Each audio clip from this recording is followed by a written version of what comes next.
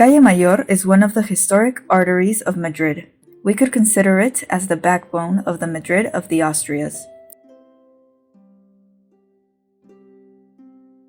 In house number 61, the famous writer Calderón de la Barca lived and died. A plaque reminds us of this. They say that his house, at only 5 meters wide, is the narrowest that remains standing in Madrid. Right next door is the Queen Mother's Pharmacy, founded in the 16th century by a Venetian alchemist. It is the oldest pharmacy in Madrid.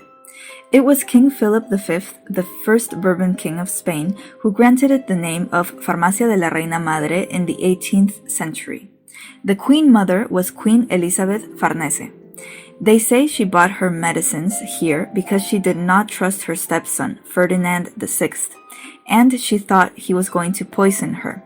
So she sent her servants to look for her prescriptions through a tunnel that connected the royal palace to the pharmacy. We are now at 88 Calle Mayor, in front of the monument to the victims of the attack on Alfonso XIII. On May 31, 1906, Alfonso XIII and Victoria of Battenberg were married in the Church of the Geronimos. Back at the royal palace, his carriage passed through this street that was packed with people at the time.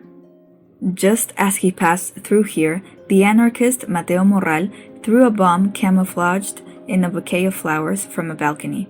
Chance wanted the bomb to stumble on the tram line.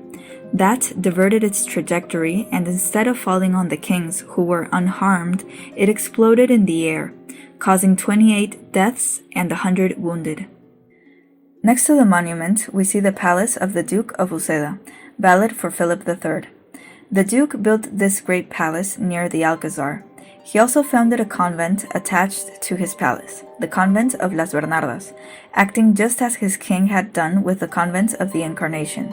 This gives us an idea of his ambition.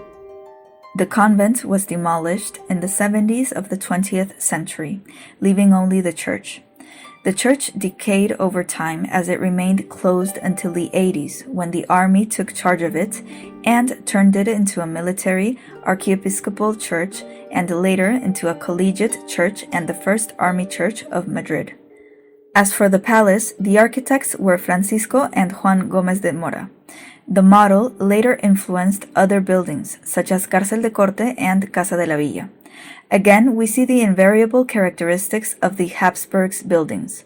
But, in this case, the palace does not retain neither the towers nor the slate roofs, because of a fire that occurred in the 18th century. However, the main facade remains intact. Currently, one part is occupied by the Captaincy General and another by the Council of State.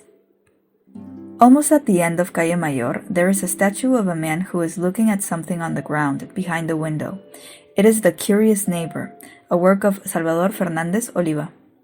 What he is looking at are the preserved remains of the Church of St. Mary of Almudena, probably the oldest temple of Madrid. It was another one of the 10 medieval parishes mentioned in the 1202 charter. According to some chroniclers, it was built on top of an old mosque. It was the largest church in the town.